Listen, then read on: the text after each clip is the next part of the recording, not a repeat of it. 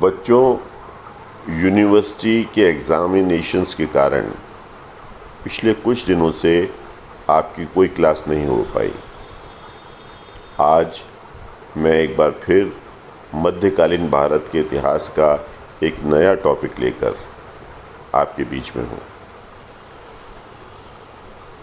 बच्चों, आज मैं मध्यकालीन भारत के इतिहास के उस शासक के बारे में बताऊंगा जिसका शासनकाल सिर्फ 5 साल रहा, लेकिन आपको जानकर आश्चर्य होगा कि उसने अपने शासनकाल में जो प्रशासनिक व्यवस्था, भू बंदोबस्त, डाक व्यवस्था की स्थापना की और जो सड़कों का निर्माण किया, वो न सिर्फ मुग़ल शासकों के लिए अपितु अंग्रेज़ों और उसके बाद स्वाधीन भारत के प्रशासकों का भी आधार रहा।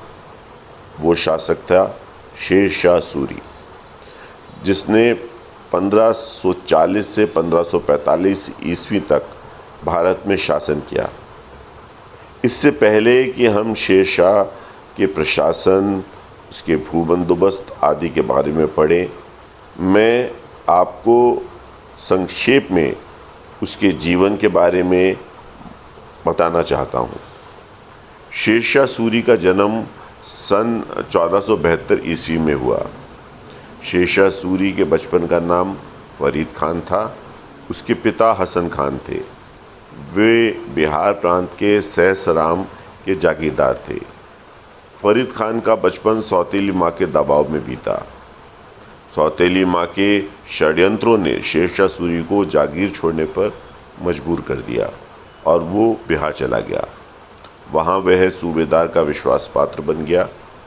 1529 ईस्वी में यानी 1529 एडी में सूबेदार की मृत्यु हो जाने पर शेर खान उसके पुत्र का संरक्षक बनकर काम करने लगा। शेर खान संरक्षक के पद पर रहते हुए उसने अपनी शक्ति बढ़ा ली। उधर जलाल खान भी संरक्षण से बाहर निकलना चाहता था। परिणाम स्वरूप दोनों में संघर्ष हुआ और जलाल खान हार गया और इसके फलस्वरूप शेर खान स्वतंत्र शासक बन गया। शेर खान बिहार का जब स्वतंत्र शासक बन गया तो उसका सपना, उसकी महत्वाकांक्षा भारत का सम्राट बनने की हो गई। उसने बंगाल प्रांत को अपने अधिकार में कर लिया और उसकी बढ़ती शक्ति को देखकर हुमायूं चिंतित हो गया और उससे नाराज़ होकर उसे सज़ा देने के लिए वो आगे बढ़ा। और उसके बाद चौसा और कन्नौज के युद्धों में हुमायूं ने शेर खान से वो पराजित हो गया और इस तरह शेर खान शेर शाह सूरी के नाम से भारत का सम्राट बन गया। मैं ये सारी जो उसका युद्ध है हुमायूं के साथ और किस तरह उसने हुमायूं को पराजित किया, ये सब मैं अपने अगले क्लासेस में आपको विस्तार से बताऊंगा। अभी मैं एक आपको बहुत संक्षेप में बता रहा हूँ ताकि अगर आपने नहीं पढ़ा हो तो शेर शाह सूरी के बारे में आप उसकी एक पृष्ठभूमि आपको तैयार हो जाए, ताकि आगे समझने में, उसके अध्ययन में आपको किसी प्रकार की परेशानी नहीं आए। शेर शाह सूरी जो एक बहुत ही सफल, प्रतिभावान, आदर्श, प्रजा हितैषी और न्यायप्रिय सम्राट था। उसके जो राजस्व काल आदर्श उच्च कोटि का था। उसकी धारणा थी कि शासक को भोग विलास से दूर रहना चाहिए, राजपद को आमोद प्रमोद का साधन मानना चाहिए। जन कल्याण व प्रजा की सुख समृद्धि के लिए शासक को अथक परिश्रम करना चाहिए। उन्हें अपने कर्तव्यों की पालना के लिए सदैव तैयार होना चाहिए। ईश्वर के प्रति वह उत्तरदायी माना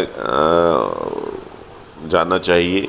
शेर शाह सूरी ने, जैसा कि मैंने पहले बताया, 5 वर्ष की अल्प अवधि में प्रजा के लिए अत्यधिक प्रशंसनीय कार्य किए। जब उसने 1540 में हुमायूं को हराया तो उसके बाद उसका विजय यात्रा, उसका विजय अभियान जारी रहा और 1541 ईस्वी में उसने हुमायूं के भाई कमरान को हरा दिया और उससे पंजाब छीन लिया। 1542 में उसने मालवा और 1543 ईस्वी में रायसेन का किला ले लिया। उसी वर्ष मुल्तान और सिंध भी उसके अधिकार क्षेत्र में आ गए। चारों ओर से निश्चिंत होकर वह राजपूतों को उसने अपना अगला लक्ष्य बनाया और 1544 में उसने मारवाड़ पे भी चढ़ाई की। राजपूतों ने बहुत वीरता के साथ उसका सामना किया और उसे युद्ध में बड़ी कठिनाई से विजय मिली और इस विजय के साथ चित्तौड़ और अजमेर भी उसके अधिकार में आ गए। अंत में 1545 ईस्वी में उसने कालिंजर के किले पर आक्रमण किया और किला शेरशाह सूरी के अधिकार में आ गया, पर बारूद में आग लगने से शेरशाह बुरी तरह जख्मी हो गया और 21 मई 1545 ईस्वी को उसकी मृत्यु हो गई। मृत्यु के समय वह एक विस्तृत साम्राज्य का स्वामी था। हिमालय से लेकर दक्षिण में नर्मदा तक और बंगाल से सिंध तक उसका विस्तृत साम्राज्य था। तो ये मैंने अभी आपको बहुत संक्षेप में उसका जीवन परिचय और उसके बारे में बताया है और अब हम उसके बारे में, उसके विभिन्न प्रशासन के बारे में, उसके जो शासनकाल है उसके बारे में अब हम एक एक करके विस्तृत चर्चा करेंगे और उसके बारे में मैं आपको बताऊंगा।